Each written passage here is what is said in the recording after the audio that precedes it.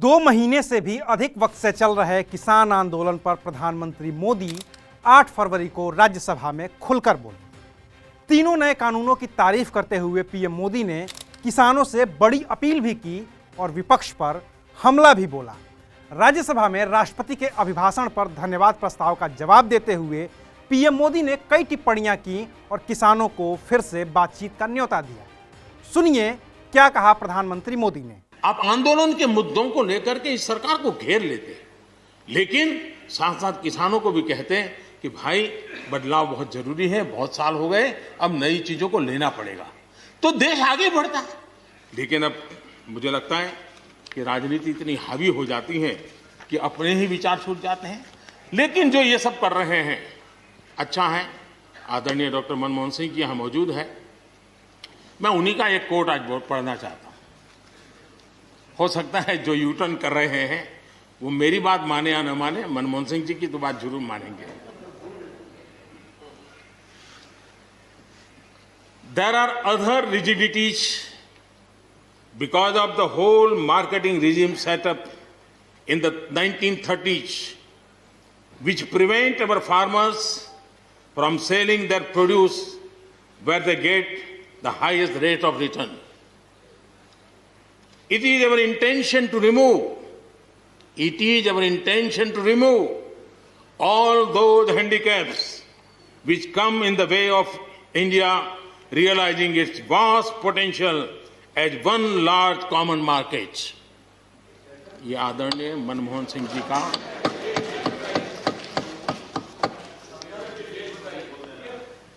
आदरणीय मनमोहन सिंह जी ने किसान को उपज बेचने की आजादी दिलाने, भारत को एक कृषि बाजार दिलाने के संबंध में अपना इरादा व्यक्त किया था और वो काम हम कर रहे हैं। और मुझे आप लोगों को गर्व होना चाहिए कि देखिए मनमोहन सिंह जी ने कहा था वो मोदी को करना पड़ रहा है, गर्व कीजिए।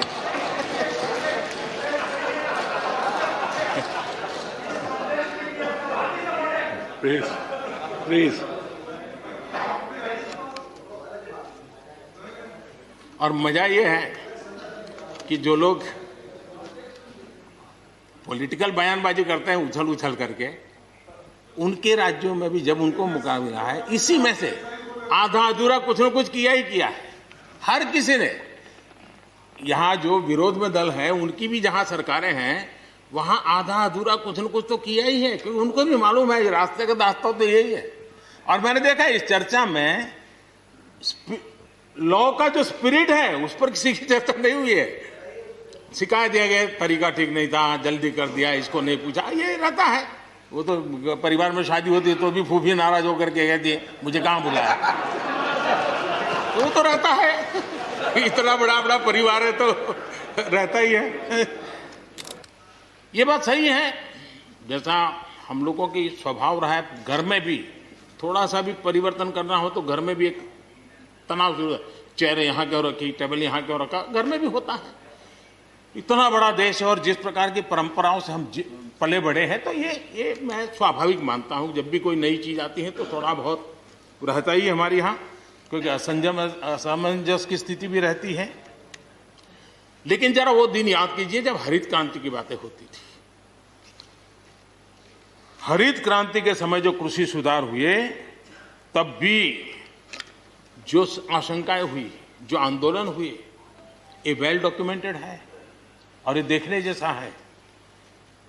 कृषि सुधार के लिए सख्त फैसले लेने के उस दौर में शास्त्री जी का हाल ये था कि अपने साथियों में से कोई कृषि मंत्री बनने को तैयार नहीं होता था, क्योंकि लगता था कि ऐसा है हाथ जल जाएंगे और किसान नाराज हो जाएंगे तो मेरी तो राजनीति समाप्त हो जाएगी। ये शास्त्री जी के समय की घटनाएं हैं। और अंत में शास्त्री जी को सी सुब्रमण्यम जी को कृषि मंत्री बनाना पड़ा था और उन्होंने रिफॉर्म्स की बातें की। योजना आयोग ने भी उसका विरोध किया था। मजा देखिए, योजना आयोग ने भी विरोध किया था। वित्त मंत्रालय सहित पूरी कैबिनेट के अंदर भी विरोध का स्वर उठा था। लेकिन देश की भलाई के लिए शास्त्री जी आगे बढ़े और लेफ्ट पार्टी जो आज भाषा बोलते हैं ना, वही उस समय बोलते थे। वो यही कहते हैं, अमेरिका के इशारे पर शास्त्री जी ये कर रहे हैं, अमेरिका के इशारे पर कांग्रेस ये कर रही है। सारा चीज जितना आज मेरे खाते में जमा है ना, वो पहले आपके यहाँ बैंक में अकाउंट में था।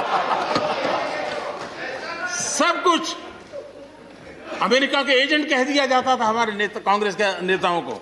ये सब कुछ लेफ्ट वाले जो आज भाषा बोलते हैं, वो उस समय भी उन्होंने यही भाषा बोली थी। कृषि सुधारों को छोटे किसानों को बर्बाद करने वाला बताया गया था। देश भर में हजारों प्रदर्शन आयोजित हुए थे, बड़ा मूवमेंट चला था। इसी माहौल में भी लाल बहादुर शास्त्री जी और उसके बाद की सरकार जो करती रही, उसी का परिणाम है कि जो हम कभी PL 480 मंगवा करके खाते थे, आज देश अपने किसान ने अपनी मिट्टी से पैदा की चीजें को खाता है।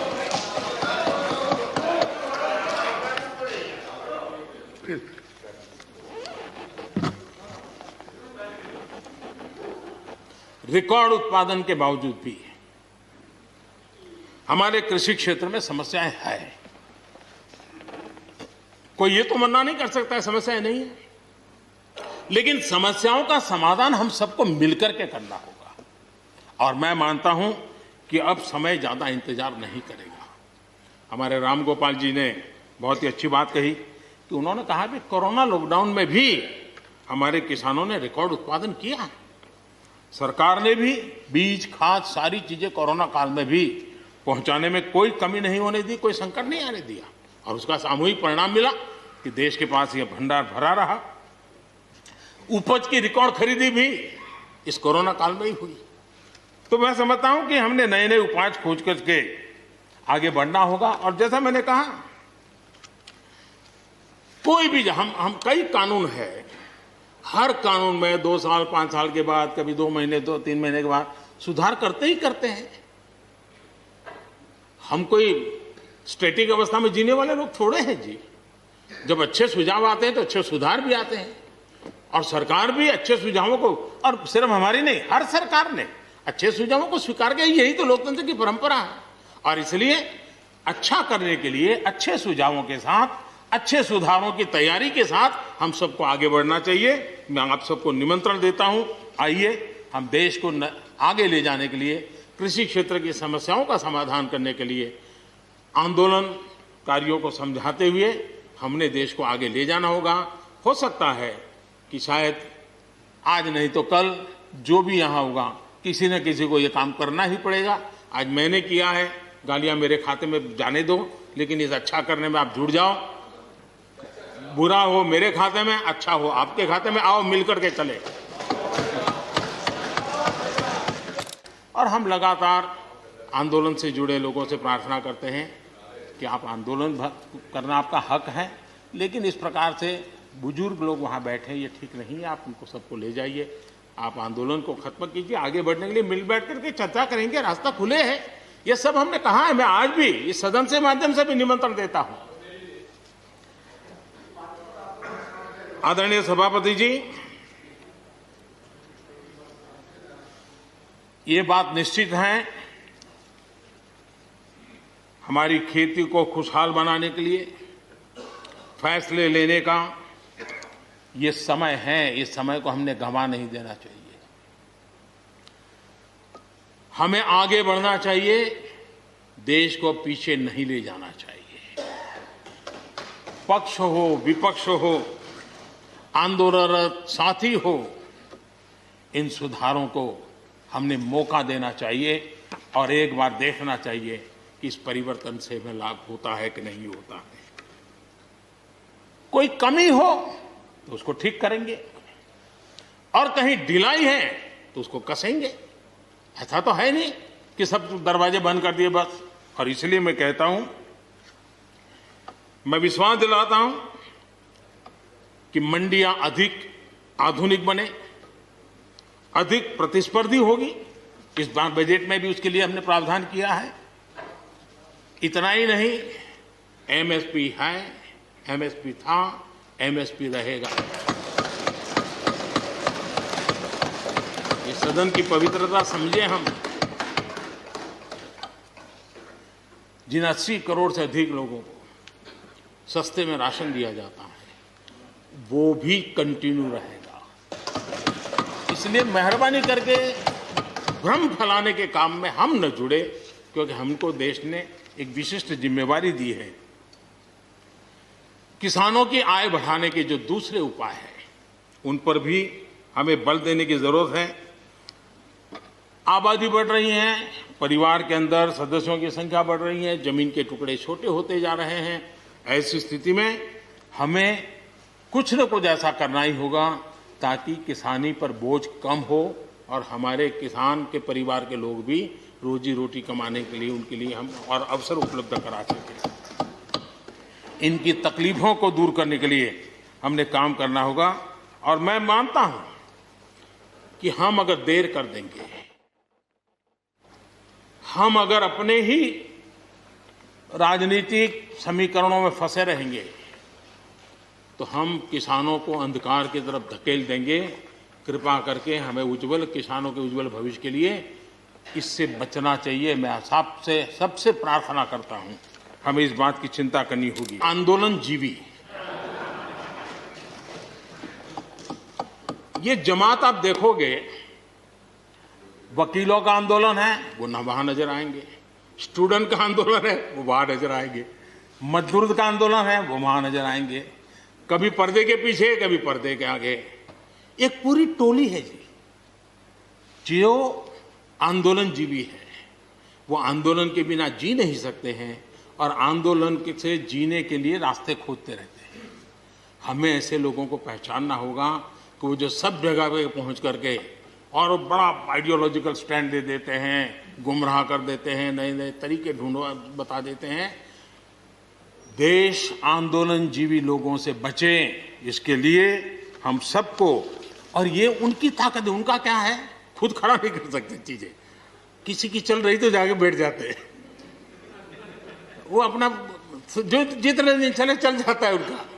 ऐसे लोगों को पहचानने की बहुत आवश्यकता है। ये सारे आंदोलन जीवी परजीवी होते हैं।